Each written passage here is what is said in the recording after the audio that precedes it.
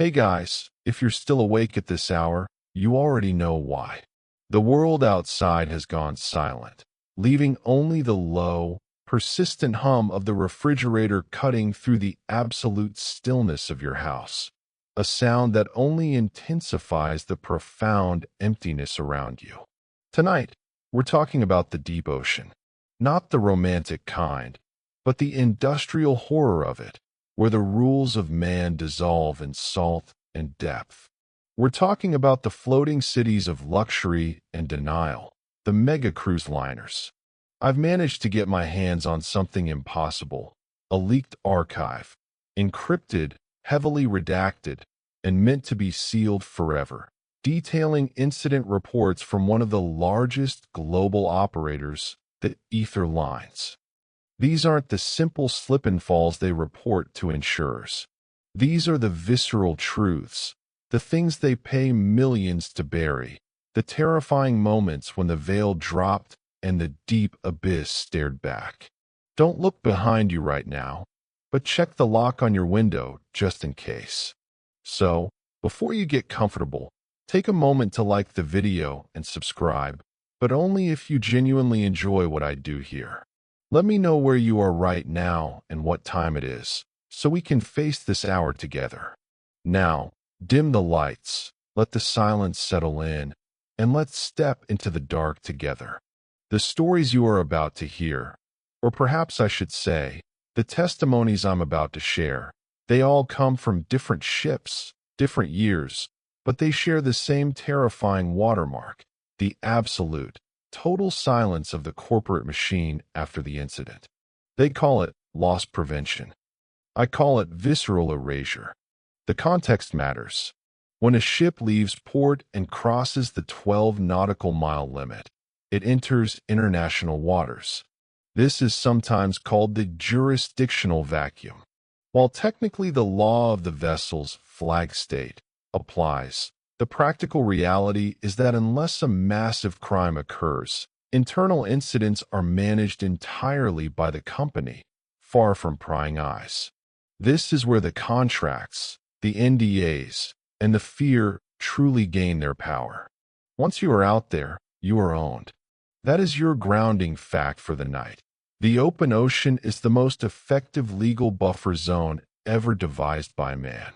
The first testimony comes from Maya, a marketing consultant from Seattle, who needed a week of absolute isolation. She booked a solo trip on the Titan's Gaze, a massive Aether Lines ship cruising the Caribbean route. She wasn't looking for parties. She was looking for stillness. She found a void instead. Maya was assigned cabin 7012. Right next door was 7014. The first 3 nights were perfectly normal, just the low-frequency drone of the engines and a rhythmic sloshing of the Atlantic against the hull. But on the 4th night, anchored somewhere between Street Lucia and Granada, the atmosphere changed. The air in her small cabin felt suddenly heavy, almost pressurized. She remembered waking up just past midnight, not to a noise, but to a profound wrongness. She heard them then, the sounds coming from 7014. It started as low, urgent whispering, too muffled for her to make out words. It was frantic, anxious, almost desperate prayer, alternating between a man's heavy tone and a woman's thin, strained hiss. It was an argument, not exactly. It was too soft, too desperate. It sounded like they were fighting to suppress a sound, wrestling with something unspeakable that was already inside the room with them. Then came the sharp thud, not furniture dropping, but something heavier, denser, like a suitcase full of bricks impacting the thick carpet. It was followed by a silence so complete, so sudden, that Maya sat upright in bed, heart hammering against her ribs like a trapped bird. She waited, every nerve ending screaming into the darkness. She heard nothing. No more whispers.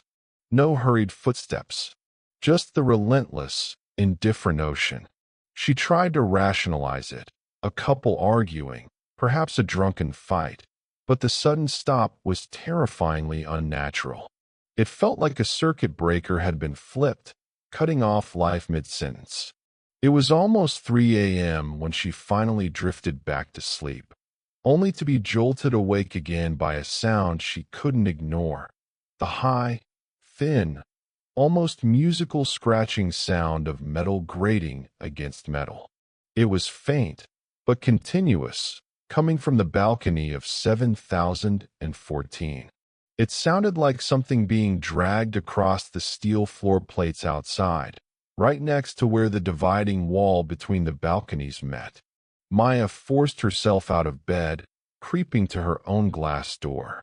She peered through the heavy blackout curtains, careful not to let the soft moonlight illuminate her face. The balcony of 7014 was dark. She saw nothing, but the scratching continued, a slow, deliberate, metallic scrape, moving horizontally, then stopping abruptly. She considered calling security, but hesitated. What would she report? My neighbors are whispering and maybe dragging a metal coat hanger? In the context of a luxury cruise, it sounded ridiculous. She went back to bed, leaving the unsettling silence of the deep night to envelop her. The ship felt colossal and empty now, a floating prison holding secrets it would never confess. The next morning, the ship was vibrant again. The synthetic cheer of breakfast buffet lines, the blinding blue of the ocean, the forced conviviality of vacationers. Maya decided to check on 7014 before going up to the deck. She walked past the heavy wooden door. It was closed, but something about it was different. It didn't look merely closed, it looked sealed. As she hesitated, the woman who had been staying there, the one whose voice she'd heard, opened the door. The woman's name, Maya would later recall from a brief chat on the first day, was Lena. Lena looked like a sculpture carved from gray ash. Her face was pale and drawn, her eyes wide, ringed with dark exhaustion, but utterly dry. No tears, just that wide, terrible clarity of someone who has witnessed something that broke their understanding of physics. "Good morning," Maya murmured, forcing a smile. Lena didn't reply immediately. She just stared at Maya, breathing shallowly. "Is everything all right?" Maya pressed gently. "I heard some noise last night. I hope nothing was wrong." Lena's gaze snapped back to the hallway, then dropped to the carpet. She clutched a towel so tightly her knuckles were white. "He's gone," she whispered, the sound a dry shard of glass. "Gone. He went over the side. The railing." Lena gestured vaguely toward the balcony. "Late last night. He just stepped over." A husband, maybe in a fit of despair or drunkenness, had fallen from the balcony into the vast, indifferent Atlantic. The horror hit Maya with cold clarity. This wasn't just noise, it was tragedy. "Oh my God, I am so sorry," Maya said, stepping forward. "Have you told the crew? Have they started a search?" Lena shook her head slowly, a terrifying, robotic movement. "They know. They were here early. They said it's handled." She looked back toward the dark interior of 7014, and a flicker of absolute terror crossed her face. "They told me that it happens, that the ocean keeps what it takes, and that I shouldn't worry about the records." Before Maya could respond, a crew member, a thin man in a starched white uniform with an Aether Lines badge, appeared silently from around the corner. He moved with the slick, oiled efficiency of a corporate cleanup crew. "Ma'am," he said to Lena, his voice utterly devoid of emotion, "we need to complete the inventory and prepare your disembarkation papers. Please come with me." He nodded curtly at Maya, his eyes warning her off. He led Lena away, down the corridor, toward the service elevator, leaving the door to 7014 slightly ajar. Maya stood paralyzed. A man had just died, fallen overboard, in international waters, and the response was not a frantic, ship-wide search, or even a somber meeting with the captain. It was quiet processing and swift removal. When Maya finally regained her composure, she walked up to the purser's desk on deck 5. She told the attendant, a pleasant, unnervingly calm young woman named Chloe, about the tragedy next door. "I'm sorry, ma'am." Chloe smiled, the expression never reaching her eyes. "There must be some confusion. We had no reported incident on deck 7 last night." "But the woman, Lena, she told me her husband went overboard from 7014, Maya insisted, feeling a nervous tremor start in her stomach. Chloe tapped lightly on her keyboard, looking at the manifest. "Cabin 7014 is currently occupied by a solo passenger, Mr. Julian Vance. He is scheduled to disembark in Miami. He has not reported any change in status." "No, she was a woman. And there was a man. They were a couple." Chloe tilted her head slightly, maintaining that unnerving smile.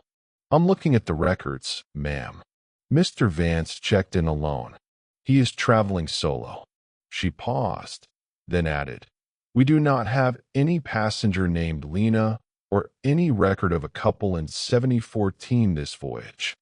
The denial was absolute, delivered with the mechanical finality of a cash register closing. Maya pressed further, demanding to speak to the head of security. When she did, the conversation was brief, stern, and terminated with a veiled threat. The security officer, a man named Marcus who looked like he had spent too many years staring at the unforgiving sea, informed her that lodging false reports was a serious breach of the passenger contract. He showed her a digital log. "Julian Vance, solo occupant of 7014, alive and well. But I saw her. I spoke to her this morning." Maya pleaded, her voice cracking. Marcus merely adjusted his tie.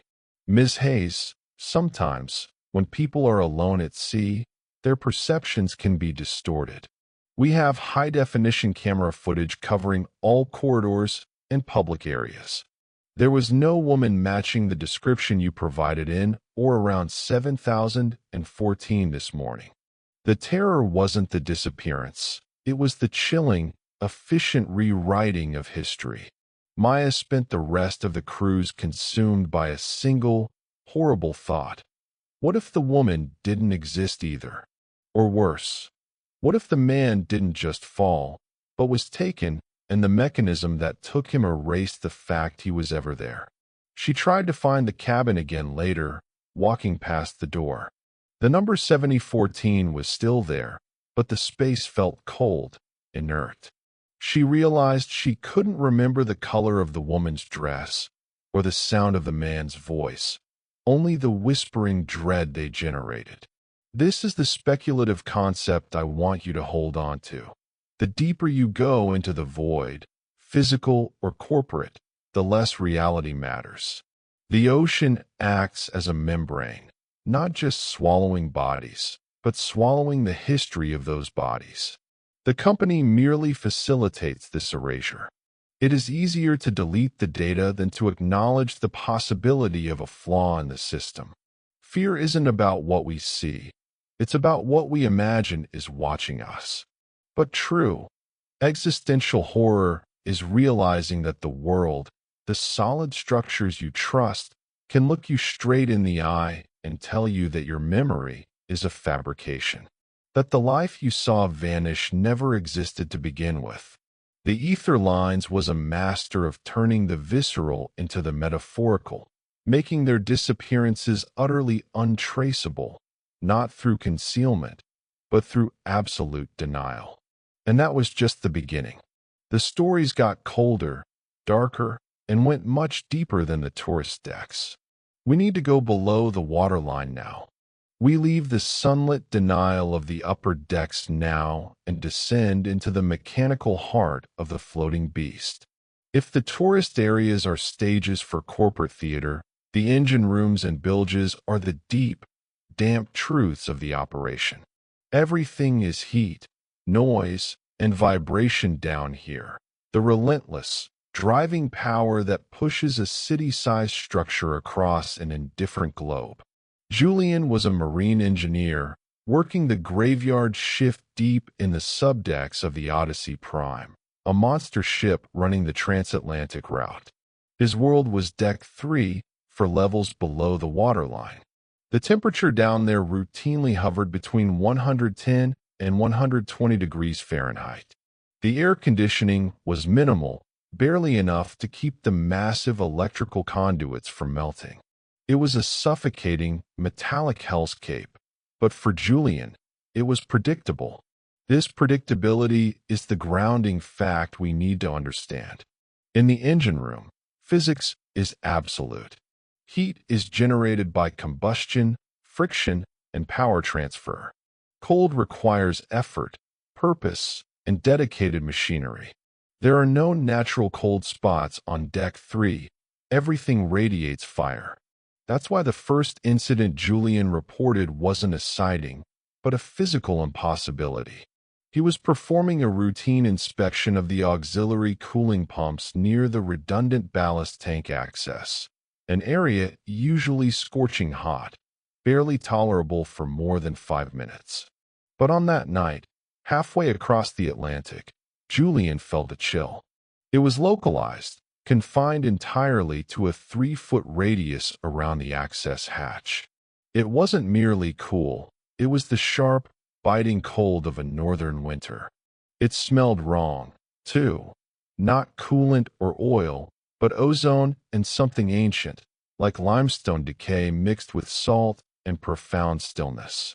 He checked the thermal sensors, expecting a malfunction, maybe a catastrophic refrigerant leak, but the sensors near the cold spot were dead, flatlining at 32 degrees. The adjacent panels registered 115 degrees Fahrenheit. The gradient was impossible, physically defying the laws of thermodynamics. It was a pocket of the Antarctic tucked into the furnace of the engine room. Curiosity drove out common sense. He approached the hatch, running his bare hand across the steel plate. It stung, instantly drawing heat from his fingers. Ice crystals were forming on the rivets. "What in the hell?" he muttered, pulling out his heavy-duty work light. He trained the beam on the cold zone.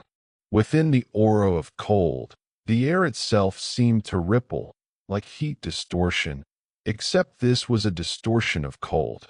It blurred the line of the steel behind it. And then it moved. Not a tremor, not a vibration from the ship's massive engines, but an interior movement.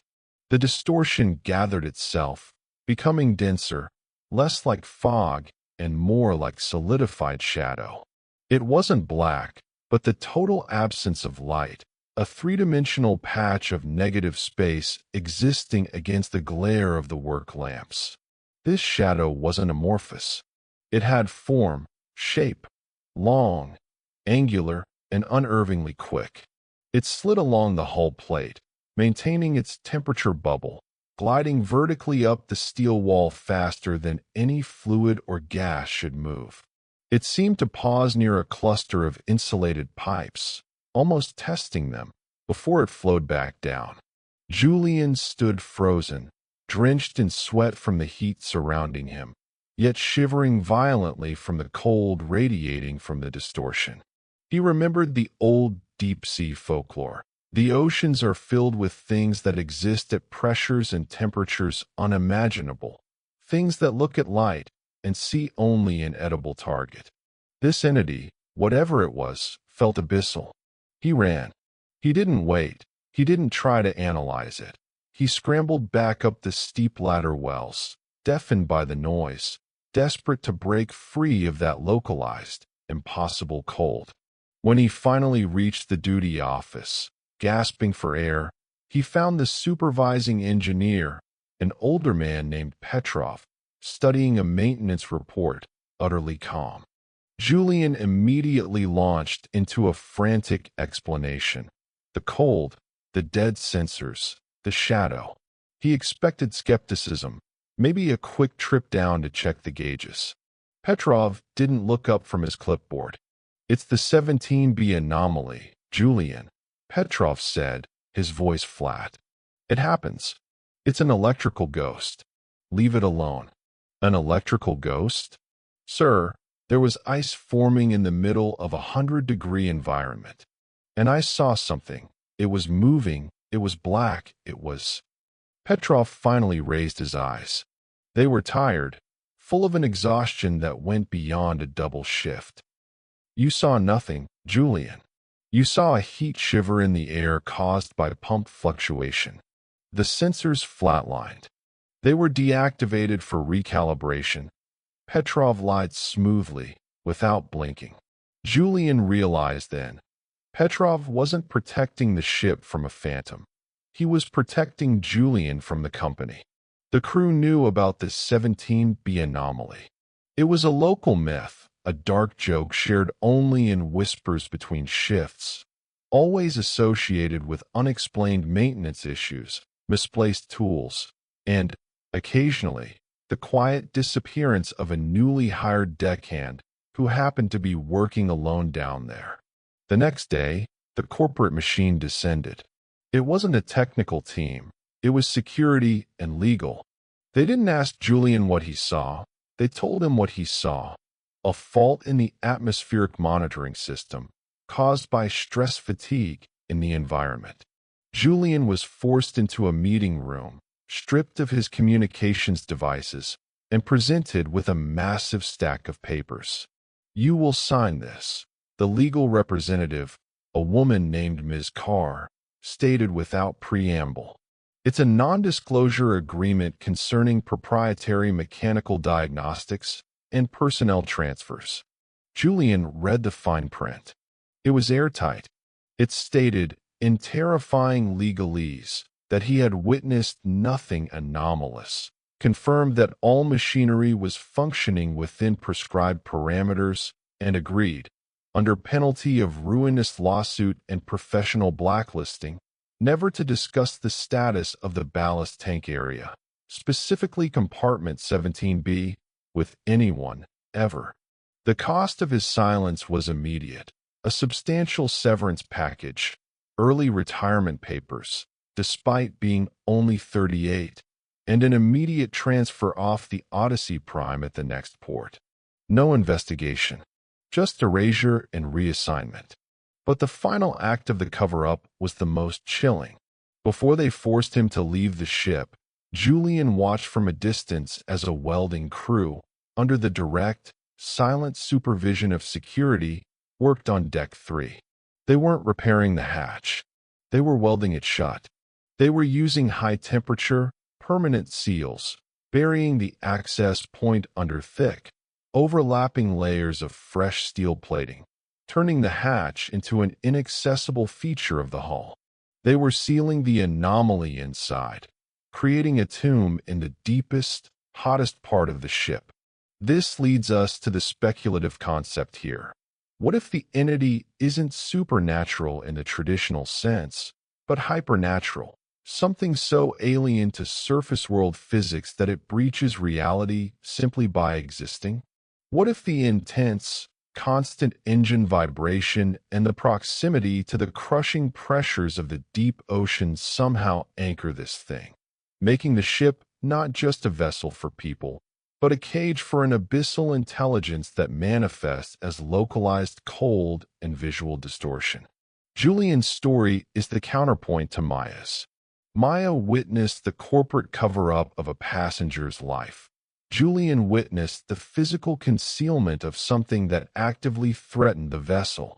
In both cases, the mechanism was the same: denial, documentation destruction, and the enforced silence of the NDA. I often think about the sheer audacity of this. Building a gigantic luxury vessel, knowing there is something impossibly cold and dangerous trapped deep within its core, and calculating that the risk to reputation is higher than the risk to passengers. They sealed the monster in, and the Odyssey Prime sailed on, thousands of oblivious vacationers dancing 5 decks above the silent, frozen cavity. This is the reflective thought I leave with you now. The real darkness is not the monster lurking in the shadows. It is the human decision to turn away, to monetize the silence, and to sell the lie that everything is fine while the cold truth eats away at the steel around us. Julian is gone from the industry now, sitting somewhere quiet, perpetually cold, always checking the rivets in his walls. But the ship remains, and the sickness, both corporate and biological, continues to spread. The further down we travel into the ship's hierarchy, the clearer the picture becomes. The passengers are temporary, disposable currency.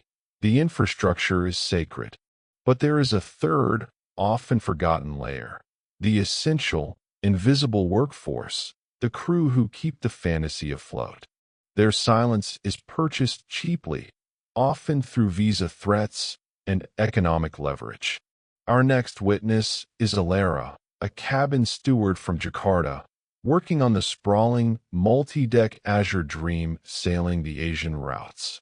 Alara's story doesn't involve ghosts or disappearances, not immediately, but something far more insidious and terrifying: a silent biological breakdown.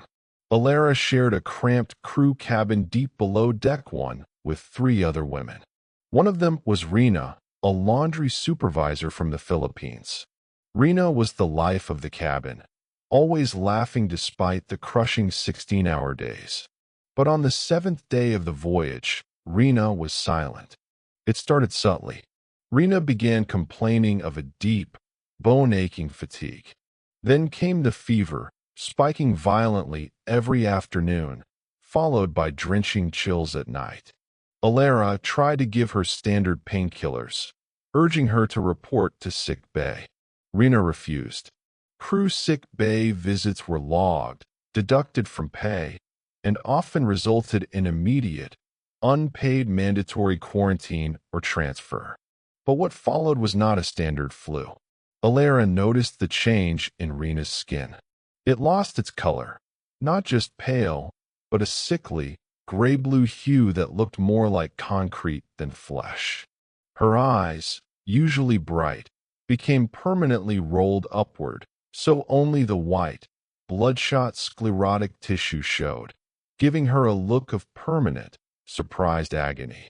The most frightening physical change was the rigidity. Her body became stiff, moving slowly, awkwardly, like she was wearing a heavy, ill-fitting exoskeleton. "Rina, we have to call," Alara finally pleaded one morning. Watching Rina struggle to sit up, her limbs trembling with the effort, Rina only whispered, her voice a dry rasp, "They will send me home. They will take my papers." But it was too late. That afternoon, during their brief 4-hour break, Alara returned to the cabin to find Rina gone. The bed was stripped, the mattress flipped, and the room had been aggressively sterilized with a strong chemical agent that made Alara's eyes water. A supervisor, not from medical, but from security, met Alara in the hall. "Rina has been evacuated for a non-contagious emergency medical issue," the supervisor stated, reading from a clipboard. "She was transferred to a coastal facility." Alara, who knew the protocols, frowned. "Transferred? Mid-ocean? How?" "That is confidential medical data," the supervisor countered, his eyes cold. "She is fine. Her belongings are being processed for shipment home. You are to return to work immediately. No discussion of this matter with any other crew or passenger. Any inquiry will be treated as insubordination." Alara had to obey. She returned to cleaning the cabins of oblivious, suntanned families, the smell of bleach masking the memory of that strange, concrete-colored skin. A week later, Rina's family received her neatly boxed belongings in Manila. The accompanying letter from Aether Lines stated that Rina had suffered a severe bout of acute seasickness, requiring mandatory medical leave. Her family received a small, insufficient lump sum, and a demand to sign documents confirming they would not pursue any claim against the company. No mention of the gray skin, the fever, or the total body rigidity. This introduces our grounding fact for this section, the phenomenon of passenger syndrome. While technically fictional, it reflects a true logistical nightmare for cruise lines.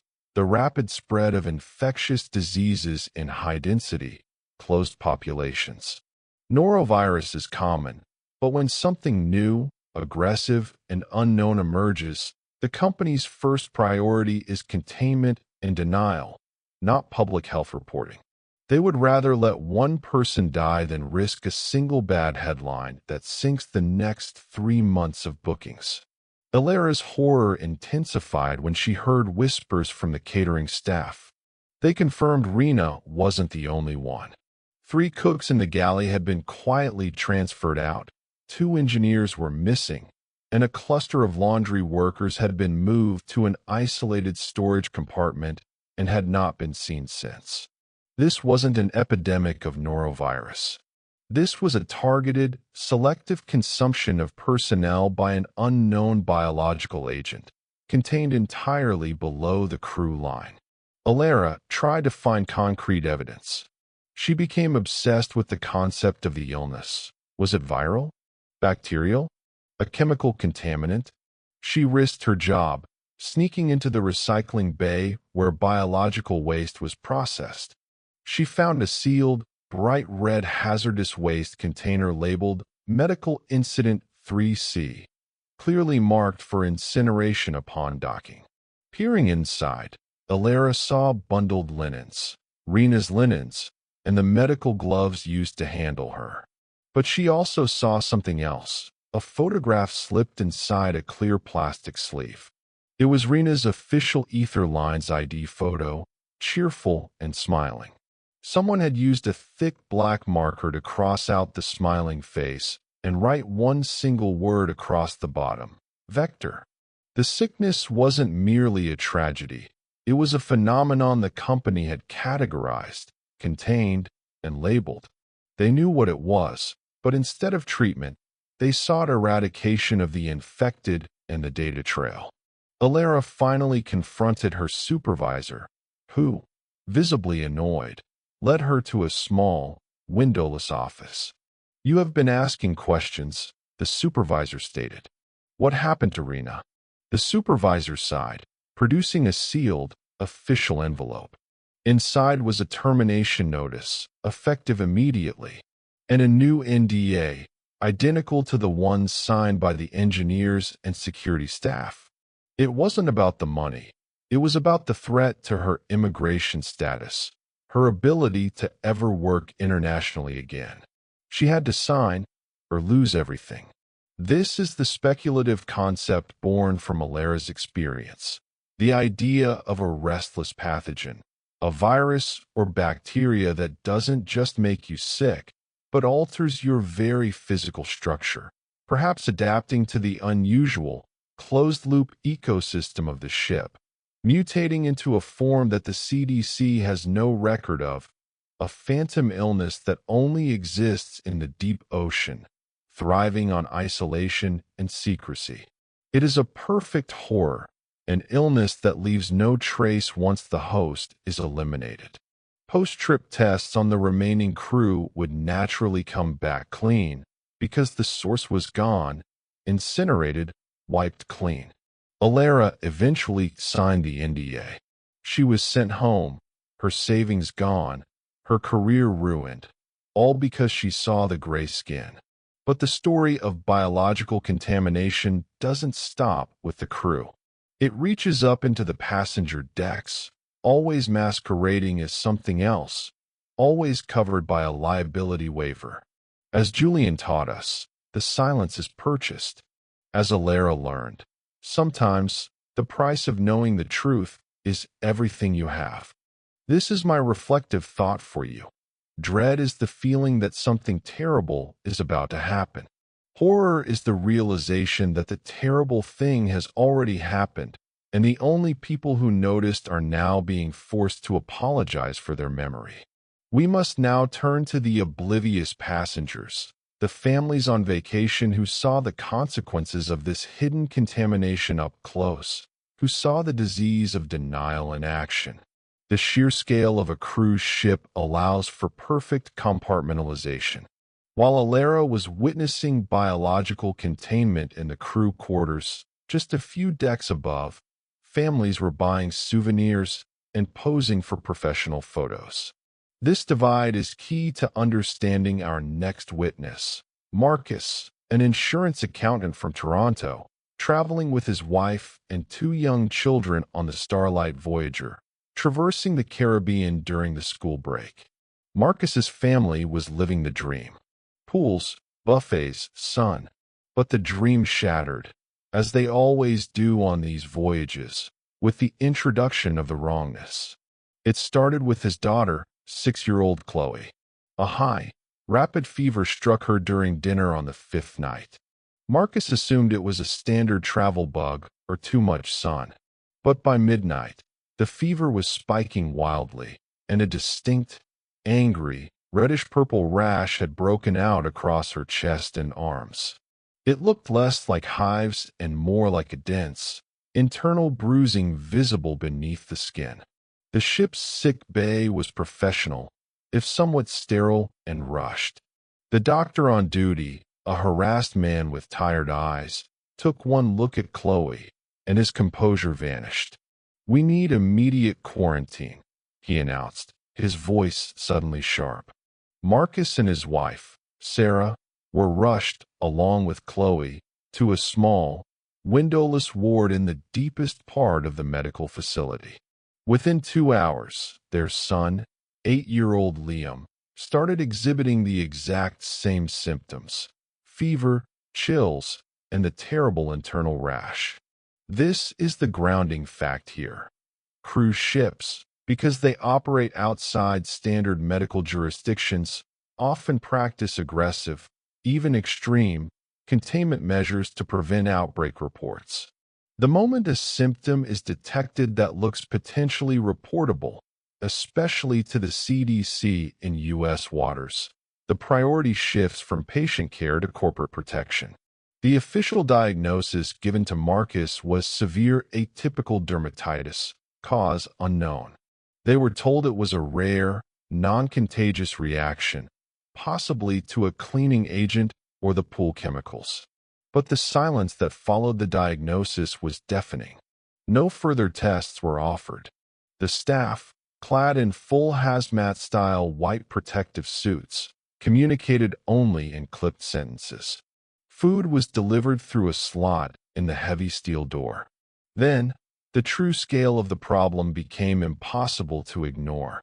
On the 3rd day of their confinement, Marcus heard muffled, frantic coughing and weeping from the adjoining ward. He risked a look through the small, circular peephole on his door.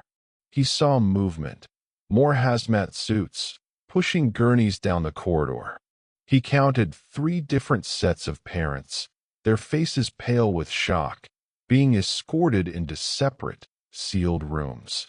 His corridor, he slowly realized, was no longer just the medical wing.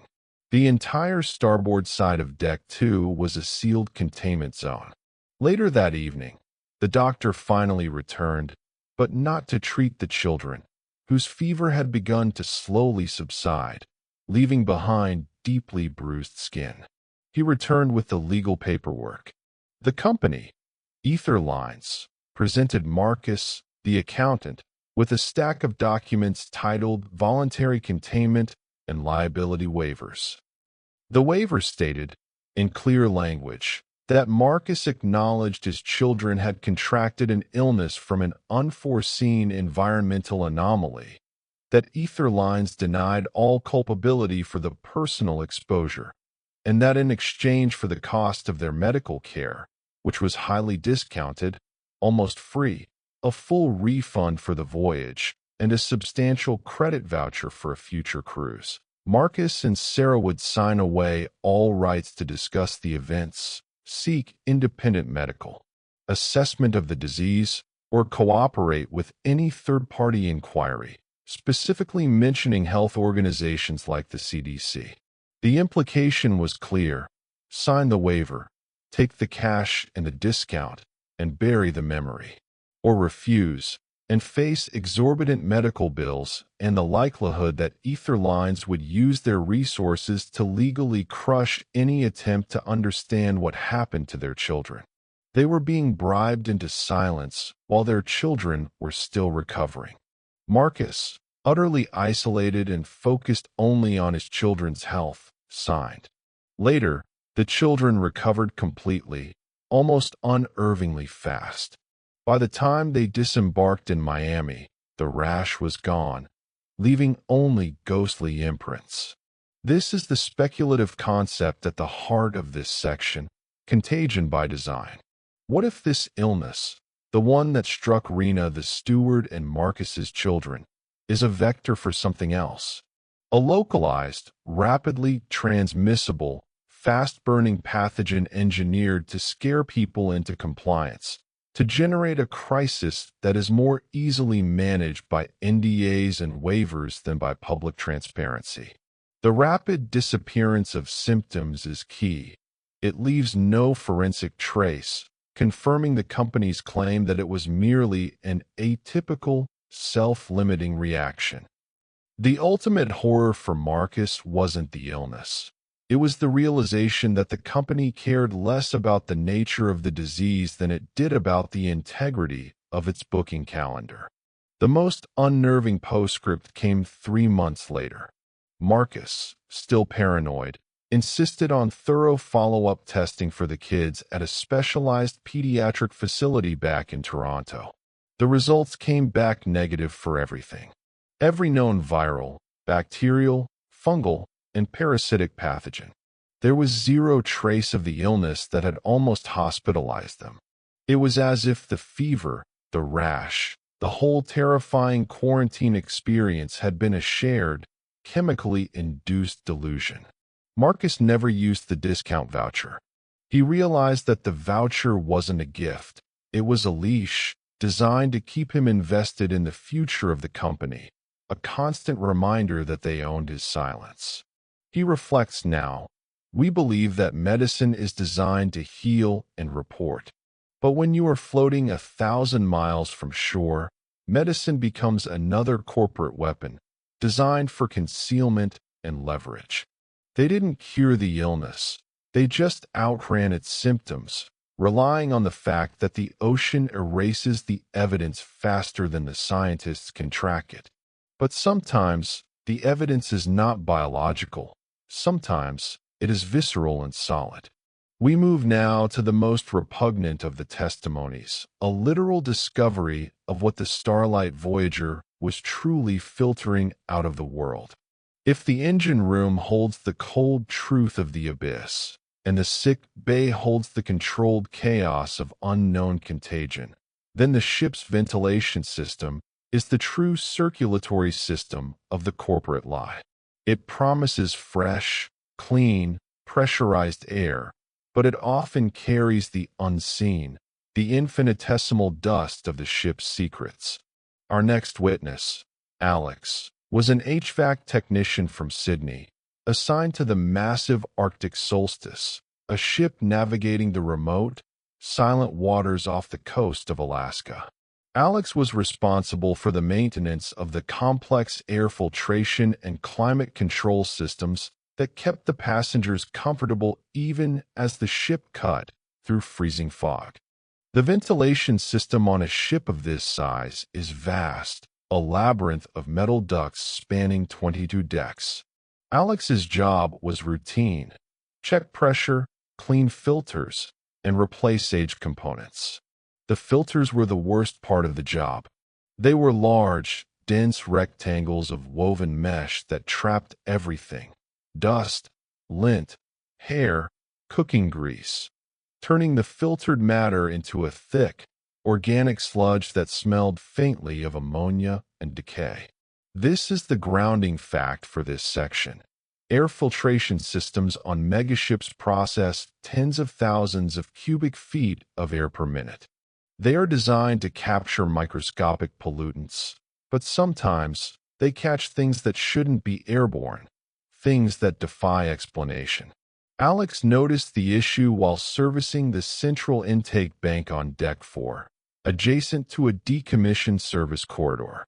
The filters here were always heavily soiled due to their proximity to the deep infrastructure, but this time, the blockage was extreme. The airflow was choked down to almost nothing. He used his cutter to open the thick metal frame. What spilled out onto the grating was not the expected gray grime. It was pink, rubbery, and disturbingly organized. It was biological tissue. The matter caught in the filters included dense clumps of hair, undeniably human, ranging in color and texture. Interspersed with the hair were fragments of thin, pale tissue that resembled skin, and deeper inside the core of the blockage, soft, vascularized material that looked horrifyingly like compressed fat or muscle. It wasn't just decay, it was fresh and intact, preserved by the cold, dry air drawn through the system. Alex stood there, his respirator feeling suddenly useless, staring at the evidence of something truly vile trapped in the ship's lungs. It was like he was looking at the discarded pieces of 3 or 4 different people, shredded into a fibrous, gruesome tapestry. Food waste error, the company would later claim. But Alex was an expert in decomposition and forensics. He knew the difference between expired catering sludge and human anatomy. The smell, even through the mask, was metallic and sickeningly familiar: blood and ozone. He immediately reported the discovery, expecting a full shutdown, a forensic team, maybe the intervention of the Coast Guard. What he got was immediate, total security lockdown. A team of men in plain uniforms, not the standard ship security, arrived within 20 minutes. They didn't even look at the filter debris. They looked at Alex. They led him away, confiscating his phone and tools. Meanwhile, another crew, led by a foreman named Caleb, who Alex knew was a senior manager from Aether Lines head office, began to work on the ventilation bank. Alex was confined to a tiny cabin for 3 days. When he was finally allowed out, the ventilation access was gone. Not repaired, but physically erased. The entire wall section around the intake bank had been replaced with thick, fresh steel plates, which had been permanently welded into the bulkhead and painted over, so seamless that you wouldn't know access had ever existed there unless you had worked on the systems. The tissue, the filters, the discovery, all of it had been sealed inside the ductwork, entombed in the ship's infrastructure. Alex was then subjected to the same ruthless corporate procedure as Julian the engineer and Alara the steward. The NDA, a massive severance package, an immediate reassignment to a shore-based, non-contact role. The official report, which he was forced to sign, stated that he had discovered severe biohazard contamination caused by misuse of industrial food processors located near the ventilation intake. A plausible lie that linked the human tissue to an accidental industrial rendering of food waste. This is the speculative concept inspired by Alex's discovery, the ship as predator. This isn't just about cover-ups. It's about the infrastructure itself functioning as a silent digestion system. Who were the victims? Were they the disappeared passengers like Maya's neighbor? Were they the rigid, gray-skinned crew like Rena? And how did their remains enter the ventilation system? Through specialized industrial grinders, designed not for food, but for organic disposal.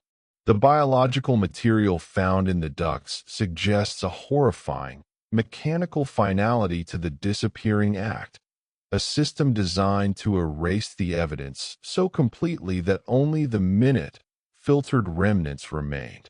Alex's experience gives rise to a horrifying grounding fact. For years, the official industry guidelines for managing biohazard incidents have included protocols for rapid, irreversible neutralization of organic material. a sterile phrase that hides the truth of high-capacity grinders and specialized waste processing facilities designed to leave absolutely no forensic trace for any future investigation. Alex signed the papers, took the money, and left the industry forever. He reflected that the ultimate horror is realizing that the ship isn't a friendly host. It's a closed loop, an environment that consumes its own mistakes. It seals them in the walls, filters them into the air, and sails on, promising relaxation and renewal. Fear isn't just what lurks in the engine room. It's the realization that the very air you breathe on a luxury cruise may be laced with the aerosolized secrets of the dead. We've covered the corporate erasure of lives, Maya, the containment of the non-physical, Julian, the biological secrecy, Alara and Marcus, and the physical disposal of remains, Alex. Now, we must turn to the one place that should feel safest, the private sanctuary of the luxury cabin, and see what happens when the history the company tried to bury fights its way back through the floorboards. We've seen the depths, the bowels, and the inner workings of the ship, but the most potent horror often manifests in the most intimate spaces. The idea of the perfect vacation, the ideal sanctuary, being invaded by something ancient and unwilling to leave, is universally terrifying. Our final testimony before the epilogue comes from Chloe and Ben, newlyweds from Boston, who booked the exclusive Commodore suite for their honeymoon aboard the Aether Voyager, sailing the short, highly trafficked route between Florida and the Bahamas. They wanted the best, the most opulent, the suite with the history. The Commodore suite was located on Deck 10, far from the engine noise and the crew quarters.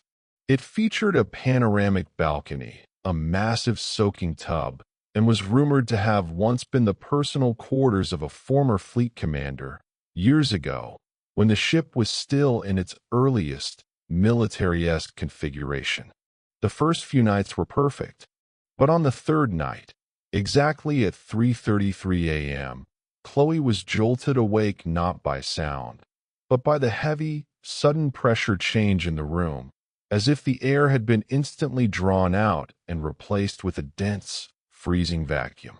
Then the water started running. Not a leak, but a full, hard stream from the faucet in the master bath, which was located in a separate, closed-off section of the suite. Ben, disoriented, stumbled toward the sound and swore he heard a cough coming from the bathroom, followed by the clinking sound of metal on porcelain. When he flung the door open, the room was empty. The faucet was gushing cold water. Ben turned it off, heart pounding. This became their nightly ritual. 3:33 a.m. The drop in temperature, the sound of water, sometimes faint footsteps, or the heavy scrape of a chair being dragged across the unseen tile floor of the sealed-off kitchenette area. This is the grounding fact here.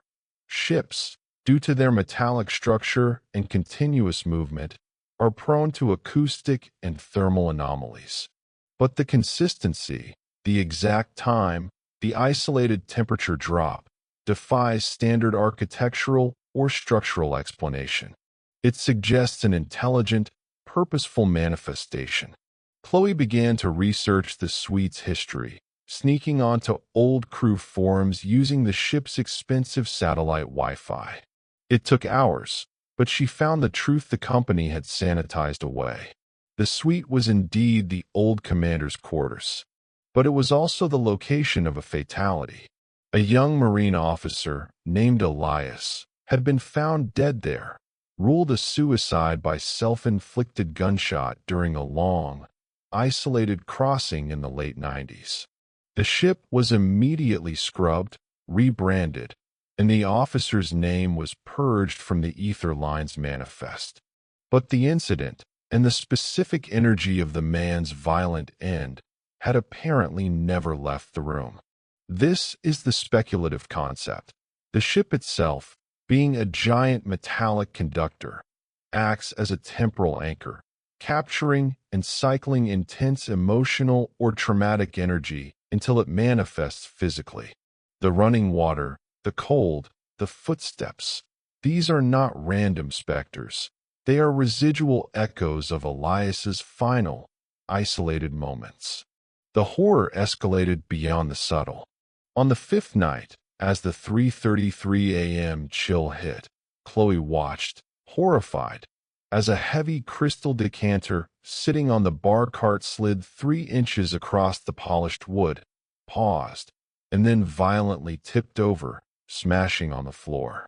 That was the turning point. This wasn't merely a spooky draft. This was an act of aggressive, focused displacement. Someone, or something, was angry that they were there. Ben marched straight to the purser's desk at 4 a.m., demanding answers and a transfer. The response was immediate and familiar. The manager, a man named Adrian, was overly solicitous but utterly rigid in his approach. The Commodore's suite has occasional maintenance quirks, Mr. and Mrs. Evans, Adrian stated, carefully avoiding eye contact. Pressure fluctuations, minor AC issues. Nothing requiring alarm. Ben insisted on telling him about Elias. Adrian's face didn't move, but the color drained from it. I don't know who Elias is. That is folklore, sir. This ship is thoroughly maintained. They were immediately moved to a less expensive, standard balcony cabin. No refund for the downgrade, of course, and forced to sign a customer satisfaction settlement, promising not to post negative reviews or discuss their experience in detail. The settlement was a de facto NDA, masking their terror as a simple, easily resolved dispute. But the final cover-up was the most chilling. When Chloe checked the Aether Lines booking website a month after returning home, the Commodore suite was gone. It hadn't been renamed or temporarily closed. The entire class of luxury cabin had been removed from the Aether Voyager's deck plan. The space existed, but the company had decided that it was cheaper to bury the expensive suite entirely than to continue fighting the persistent, angry echo trapped within it. Chloe and Ben managed to escape the ghost, but they are now cursed by the knowledge of the silence, forced to look at their honeymoon photos knowing the history of their temporary home was one of violent, unresolved death. We have traversed the ship's lies, from the fabricated non-existence of passengers to the physical entombment of horrors. Now, we reach the final and most expansive testimony. The moment when the ship's cover-up extends not just to the passengers below, but to the very cosmos above. Ethan was a Marine officer, a first mate on the bridge of the Horizon's Reach, on a routine cargo-assisted Atlantic crossing. His job was to watch the radar, track traffic, and ensure safe navigation. His instrument was his grounding fact, a sophisticated, military-grade radar array designed to detect everything from rogue waves to small skiffs hundreds of miles away. One night, far from any shipping lanes, Ethan's secondary radar screen lit up with an anomalous contact. It was large, massive even, registering approximately 150 meters in diameter, but it was immobile. It sat dead in the water, directly on their projected path. "Captain," Ethan called out, adjusting the sensitivity. "We have an uncharted, massive stationary contact. Looks like a submarine wreck or something similarly dense." The captain, a man named Torres who had the weight of the company on his shoulders, looked at the screen. Torres looked pale. They altered course slightly, preparing to give the object a wide berth. But as they closed the distance, the object did something impossible. It vanished. Not faded, not sank, not moved rapidly, but simply ceased to exist on the radar screen. The massive, solid contact went from 100% density to 0 in less than 1 second, leaving no lingering wake, no residual echo, just the empty, deep blue space of the Atlantic. Torres immediately ordered a full sweep of the sonar and visual scans. Nothing. Empty ocean. Torres didn't call the authorities. He called corporate. This is the reflective thought Ethan carries. We are taught that the ocean is the ultimate repository of truth. But what if the ultimate speculative concept is that the ocean acts as a veil, hiding things that aren't of this world, and the ship, passing through, momentarily disturbs the curtain? Within 48 hours, a representative from Aether Lines flew out to meet them via helicopter in the Azores. The captain and Ethan were immediately put on administrative leave. The radar data logs, the hard drives containing the irrefutable evidence of the massive, immobile, vanishing object, were physically seized, wiped clean, and archived as corrupted operational data. Ethan was presented with the ultimate NDA and the ultimate bribe: immediate, fully paid early retirement at age 45, plus a lump sum payment equivalent to 3 years' salary. The condition: absolute, eternal silence regarding the radar malfunction incident. Ethan signed. He took the silence and the money, forever haunted by the impossibility of the object he saw, a colossal thing that just blinked out of reality. He now knows that the Aether Lines isn't just covering up murders and illness. They are actively erasing evidence of anomalies that defy human comprehension, paying millions to maintain the illusion of a world governed by simple, predictable physics. The abyss is deep, but the corporate labyrinth is deeper, more complex, and far more ruthless. The darkness holds now, heavier and more profound than the deepest part of the Atlantic abyss. The stories are done, the witnesses have spoken, and the only remaining sound is the steady, indifferent sloshing of the unseen ocean against the hulls of the great floating tombs. The dawn will eventually come, bringing with it the brittle, synthetic reassurance of daylight. But for Julian, the engineer, the cold spot will always linger in his memory, a pocket of impossible zero-point energy, proving that the ship contains something ancient and hostile. For Alara, the cabin steward, the scent of bleach will forever carry the undertone of fear and the memory of gray, rigid skin, the corporate equivalent of plague. And for Ethan, the marine officer, the wide, empty expanse of the horizon will forever be marred by the memory of the impossible, massive object that simply chose not to exist when the light of scrutiny fell upon it. They all sold their silence, not for greed, but for survival, financial, professional, or psychological. The Aether Lines, and companies like it, have perfected the art of non-existence. They have created environments where the truth is not just hidden, but actively unmade, where lives are erased from manifests, diseases are vaporized, and physical anomalies are scrubbed from magnetic tape. This entire collection of testimonies, the disappearances, the spectral cold, the vector illness, the physical remnants in the ventilation, the enraged ghost, the vanishing radar contact, they all confirm the same terrifying conclusion.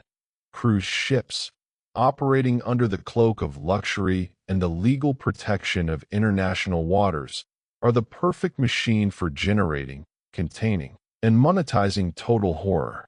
They are self-cleaning systems, and the only cost is the sanity and freedom of those who witness the process. You can check the weather, look up the ship schedules, and watch the glossy advertisements.